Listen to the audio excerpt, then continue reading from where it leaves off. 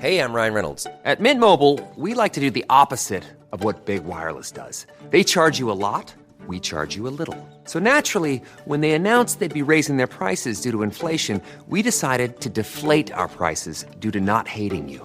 That's right. We're cutting the price of Mint Unlimited from $30 a month to just $15 a month. Give it a try at mintmobile.com/switch. $45 upfront payment equivalent to $15 per month. New customers on first 3-month plan only. Taxes and fees extra. Speed slower above 40 gigabytes. See details.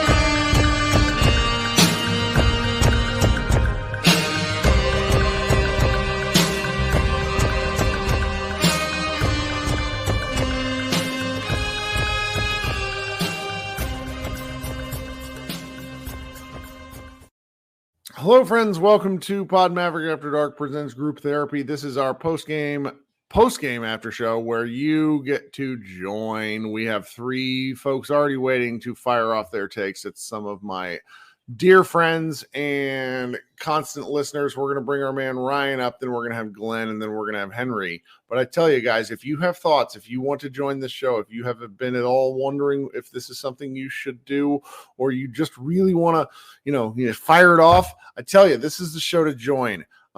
This is a show for hardcore fans because it is probably our least listened to show, because the after show after a loss is the one people really want to forget. But you know what? I like to mire in misery because I think it's the only way that we learn. Coming up first is Brian. Kirk, dude, I'm tired already. We're only 5 games into this shit, and I don't know, man. Like you and Josh touched on it earlier. We're running away from all the things that we see work, and that, and just the Luka forcing it when the shots aren't falling. Him missing shots is annoying. Him forcing it because he knows he's missing and he's trying to shoot his way out of a slump is even more annoying. Even more annoying than that is that we're not helping this offense out at all by running the 4 or 5 actions that we know we can bank and get 10 points each off of every game, because we're saving them from some mysterious point later on in the season or for the playoffs. But the problem is you got to win the 55 games it's going to take for you to get home court to get to the playoffs in a position you want to be in, right? I don't know. I'm also annoyed because, like you said, we're wasting really good Kyrie performances. We're wasting excellent Kyrie performances. PJ has been really good. The Najee PJ front court was really intriguing in the fourth, although we're so bad at rebounding, I don't want to see it again because I don't trust them to rebound enough around that, to make it viable.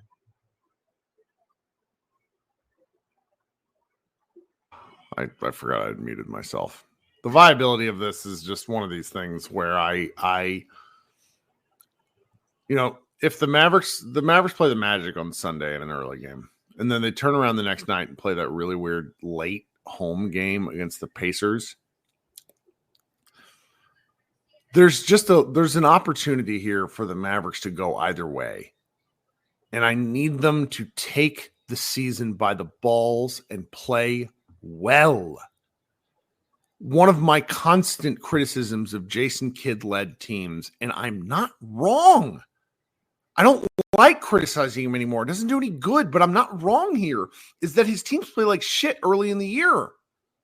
And secondarily, Luka doesn't have a good enough regular season record for a player of his caliber. You merge these two things together and you get mediocrity. And it's like you said, they're wasting strong performances and they just have to suss it out. Yeah, it's just annoying because, you can feel it, right? You know they're going to lose that game to Orlando, right? Their defense is, the Pacers game is the schedule loss because facing the Orlando defense and getting beat up by that, and then having to go run with the Pacers, even if Halliburton can't shoot, it doesn't matter if he can't shoot. They're going to outrun us and they're going to kill us in transition. That's the schedule loss. But I don't have any reason to believe that this team can beat Orlando right now, even without Paolo. Even if Franz is still hurt, we can't score enough to beat them. I don't know about that. If they're going to come out there and play like they did in this game, they can't score enough to beat that Orlando team. Well, I mean, that's where spamming some of the stuff that works has to come into play, right? You would think. If we see, I'll know if they're going to take that game seriously. If in the first quarter, if we see any either of the high DHO hub stuff with the centers or the Spain pick and roll with Clay as the back screen, if they don't try either of those at any point in the first quarter, they'll know that they're not taking that game serious, and I'll just cut it off. I'm not going to lie. I don't need to see what happens after. Or if Luka can score 10 points in the first quarter, then I'll think we'll be all right. If he can't score 10 in the first quarter, there's no point in watching that game. They're going to get run out of there. You think? Dude, that Orlando team is too good defensively. They're too young. They're too athletic and fast once you let them get in the open court. Anthony Black is going to run all over those dudes. My guy. Like have you been watching him, by the way? He's been so good. Yes, I feel very validated. Now, Lively's still better, but I feel great about my take with him. He's the guys that blossom late are so fascinating to consider because it's like, oh, they really only played basketball as a secondary thing until they were like 16 years old. Do you know what I mean? And we're like great at other sports otherwise, right? And so like, yeah, it was just always funny to me, like around draft time. It was like, oh man, the Magic are drafting another point guard who can't shoot. And I'm like, yeah, well, he's like an elite defender, like an elite defender, like almost right away. Like he was so good that they just gave up on Fultz and said, dude, you can go find a free agency. We got your replacement right here. And he's just leading the second units now. And the whole criticism was, okay, well, yeah, he can defend. Yeah, he can pass. He's an amazing passer. Yeah, he can get downhill. He can score like with a head of steam, but he can't shoot. Okay, well, now he can shoot. So now what? Mm-hmm. Like good players get better if you give them time. And so not everybody that, might have won him and didn't end up taking him kind of looks like, look, man, I think Amen Thompson. No, I can't go there. Amen's too good. He's wild. Houston probably should have drafted Anthony Black, even as good as Amen is and as great as I think he's going to be. He's fun, man. They just have a lot of fun players. I couldn't believe he hit that bullshit at the end of the game, though. He's such a bad shooter. And I want the shot to get there, but him hitting that little fade and midi on the baseline against, I was like, yeah, that's when I knew the game was really over after like 2 quarters of telling myself it was already over. That was unfortunate. And then, of course, Jalen Green just kicks our ass because he can get anybody. He can get by anybody on our perimeter just off one step. Like 2 steps, he was right at the rim. Like it didn't matter who was guarding him. Luka was getting it the worst, but once they allowed Luka to start fouling again in the fourth quarter, which is always fun when he gets 4 or 5, and the refs are like, well, we can't kick him out of the game, so let's just let him have these couple he's gonna get, and that's when the defense started to shore up. It's just funny how that works. But yeah, Jalen Green killed us in the fourth quarter, and it sucks so bad because that team was so bad tonight, and we just let them off the hook with so many offensive rebounds. Yep. The 2 centers, and I'm arguing in the chat with somebody right now about Lively, for example. The 2 centers took themselves out of so many different plays, but that's also a cascading effect of the rotational defense that the Mavericks weren't playing. Yeah, of like all the guards and all the perimeter defenders just getting beat off of one move, like you said, and then the centers like jumping out of position to go and try and chase the block or try and defend the rim, and then nobody helping them out on the backside if they did happen to contest a shot and force a miss, and boxing out and getting the rebound. And we couldn't close any possessions tonight. It felt like, and every single shot that went up to Houston, I felt like was either going to be a make or they were getting the ball back and they were getting at least one more attempt. Yeah, no, it's something. It's something. Yeah. I don't know. A lot of basketball comes together over the course of the year, but this is fun to argue about, and it's really fun to be mad at. I'll tell you that, because I was kind of getting bored being like, "Oh, this is fun." Blah, blah, blah. I like this. This guy's saying I'm being obtuse when he's like trying to explain why the team that made the finals needs to trade for Santi Aldama. Like, no, dude, I really like Santi Aldama. He's pretty fun. I don't know if that's like he's really good. The problem isn't any one player right now. Like Luka's offense is hurting us a lot. Like yes, no, it's got such like a cascade effect where it's like when Luka's shooting 35% from the floor, everything else feels like dog water. Yeah, and it's again, it was like me mentioning a couple games ago, like how good Najee's body language is, and how I'd like to just have him on the court just for that, because it cancels out just how dog shit Luka's is when he's in a rut, and his has been bad. Like whenever he's missing a couple shots in a row, like I don't know. Well, any one player other than Luka, that's not what this is about. This is about the entire team just giving a piss poor effort on the defensive boards tonight, and that just kind of killed us. Yeah, no, it's really fun. Well, I appreciate you kicking us off. We're gonna go to Glenn next. You got anything else before you go? We're gonna have fun watching this team eventually. When, I don't know, but eventually. Yeah. All right, man. We'll talk soon. Yes, sir. You too. All right. Glenn, what's going on? Kirk, how you doing tonight? Sorry. I I mean Cocoa Pebbles. Cocoa Pebbles is better than me. I've like right within range. I have some like kettle chips, and I just should need to stop eating them. Kettle chips are great. I love kettle chips. Kirk, I'm going to be the voice of reason. Don't expect me to do this ever again. And I will say that I have a bottle of Santa Margarita tonight, Pinot Grigio 2023. Fancy. Very good. That's what I drank. For the next big game, I've got a bottle of Eroica 2021 that's been sitting in my wine closet for quite some time. Okay, let's talk about this. So Jimmy Johnson, back in 1992 was the first Cowboys win, said he wanted a loss. He wanted the Cowboys to lose the game late in the season so that they could realize that every game requires full focus. The Mavericks tonight, this was a great loss. I enjoyed this quite a bit. First off, we unlocked the Luka cheat code. He started hitting his shots in the second half of the game. He started looking like the Luka of old. And that's the key to this team, right? But Kyrie was hitting his shots.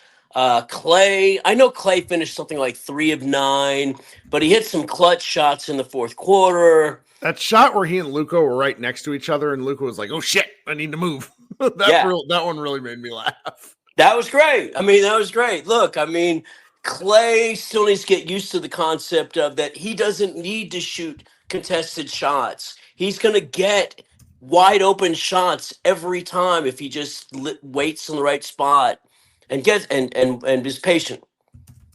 So this Mavericks team that we saw in the second half of tonight's game, particularly the late third quarter, early, and then in the fourth quarter, showed what this Mavericks team is going to be.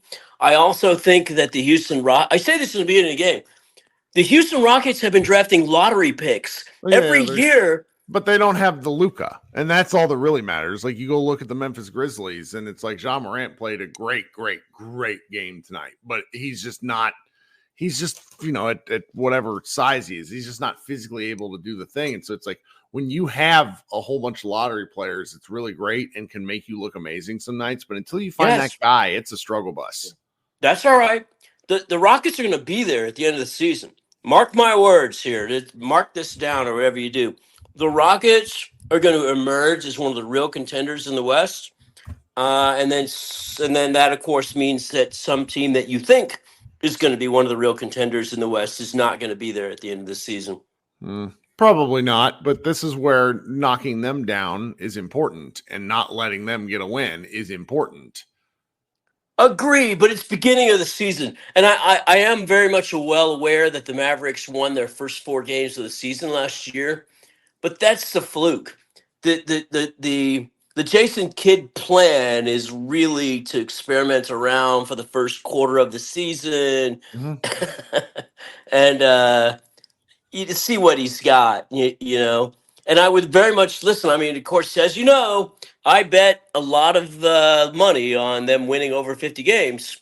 And I would appreciate Jason Kidd taking it seriously for the first quarter of the season, but that's just the way he does It's not things. just him though. Like this is where the thing that I will kind of be, these guys have to take it together. And it's like, this is where I was being so sarcastic in the first podcast, where it's like, we just have to be able to say out loud when Luka plays like shit. And it does have a downhill effect. If you're the best player and you're playing badly, your body language is bad, everybody else plays bad.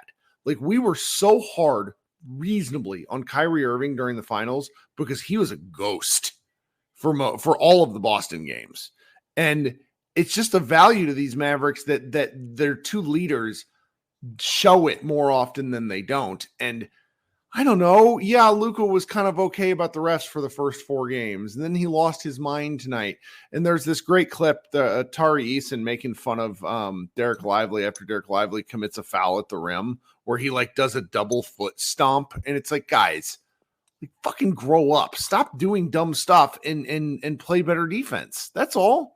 But Kirk, overall stats wise, Luka played a pretty good game. He really didn't play a good game in the game we won against Minnesota. He played a good fourth quarter. He was 6 of 17 with 2 rebounds and 2 assists going into the fourth.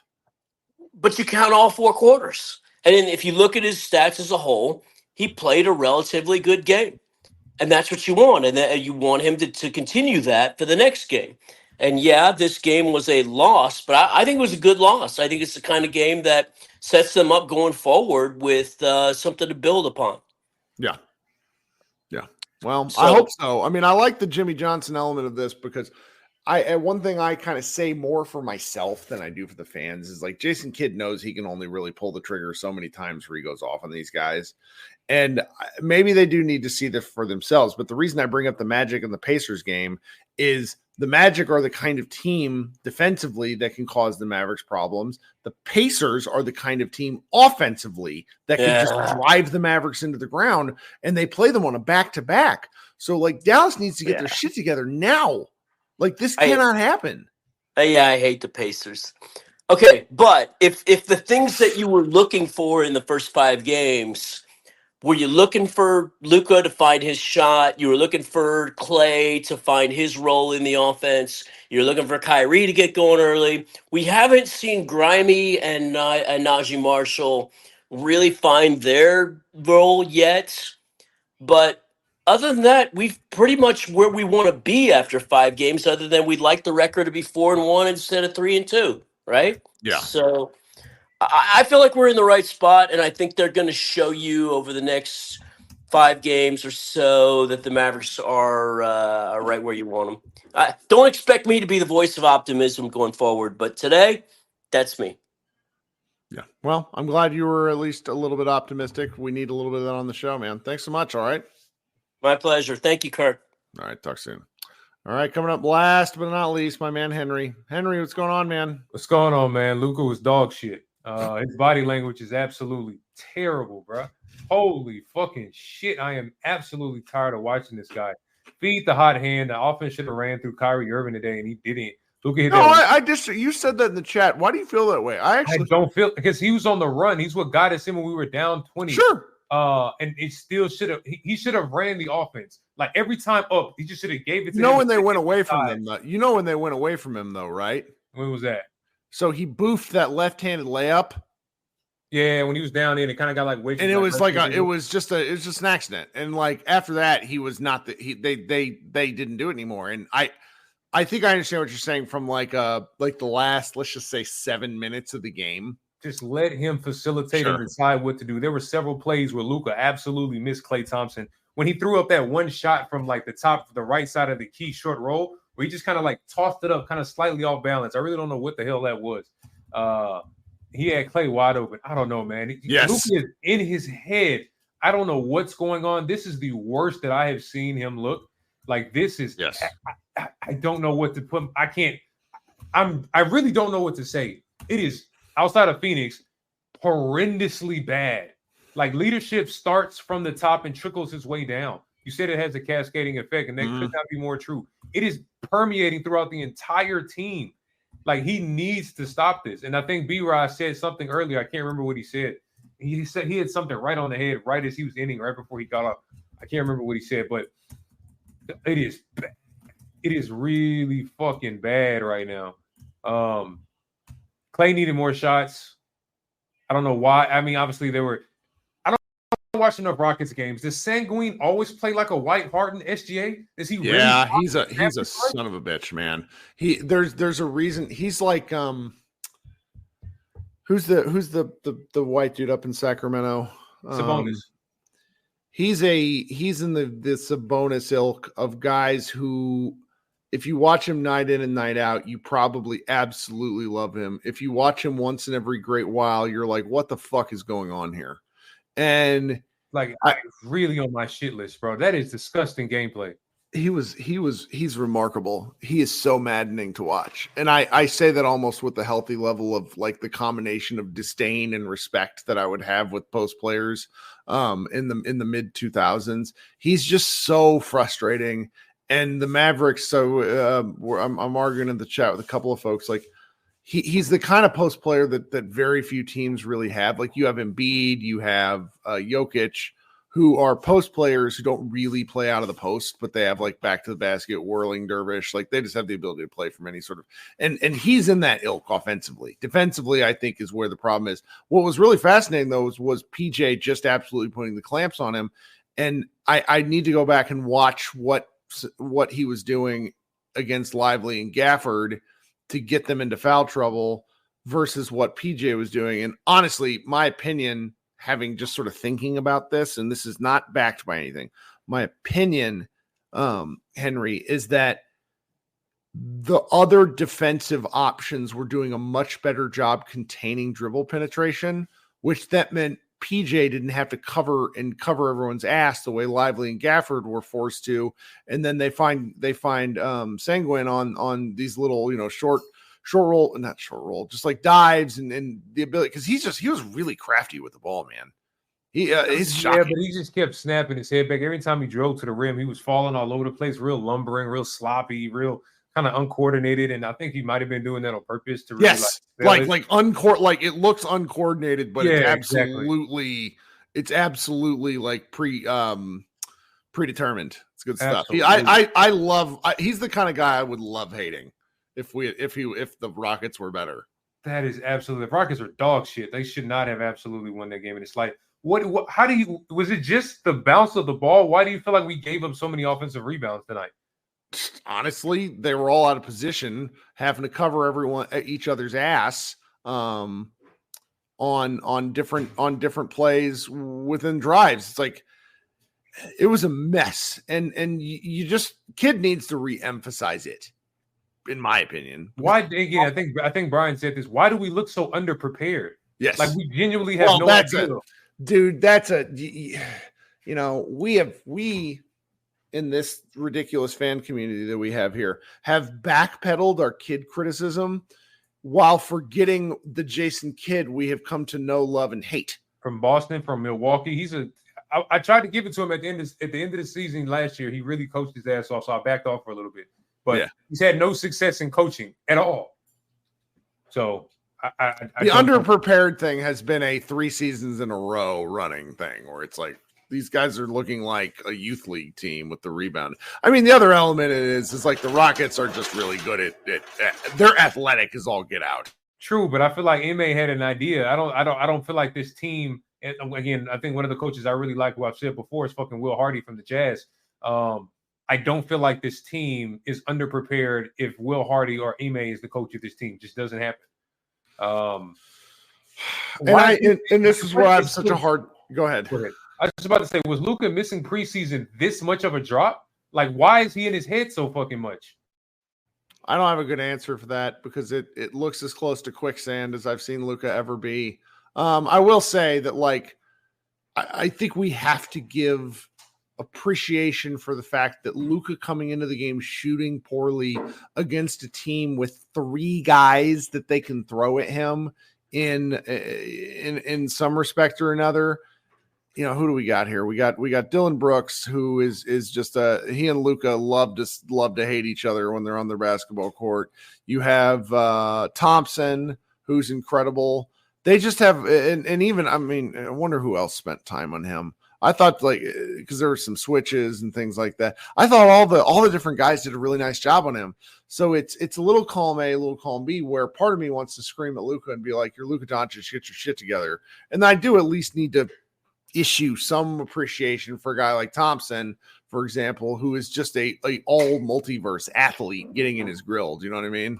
Yeah. So I don't know. It's frustrating. Oh, but that's another thing I like to say. Magic, that's going to be a win. But Pacers, we're losing that. We're losing that regardless. Like fucking Rick Carlisle runs circles around us every single time. Those are really the two things that hurt us. If you all 1 through 5 can switch, and you have a stretch 5, and they have both of those things. So, and whether it's a schedule loss or not, we're losing to the Pacers regardless. Like they just got our fucking number. They do. Worried about that one. Rick Carlisle has a point to prove, but yeah. I don't know, man. I'm frustrated, but I'm going to let the next guy come over. I'm going to let you go to sleep. Yeah, I think that's about right. Thanks so much, Henry. We'll talk soon. All right, man. See you. All right. We don't really have anybody else waiting. We got some lively chat participation. I really appreciate everybody. Good comments. So no one is screaming at each other in the comments, which can tend to be the case, though. Julius Randle is a major upgrade from PJ at the 4. Come on, my friend. You were making such good arguments. Yes, I would rather have PJ over Randle. Randle is not a good basketball player. I've watched him for the better part of a decade. How teams fit together is extraordinarily important. And Randle is an isolation post player who wants to do the same stuff that kind of Luka does, only he's not Luka. I love you guys, man. Yes, he made an all-NBA team. Congratulations. No, I'm a very good and very smart basketball analyst, and Julius Randle is not a good basketball player. Like, what are we doing here?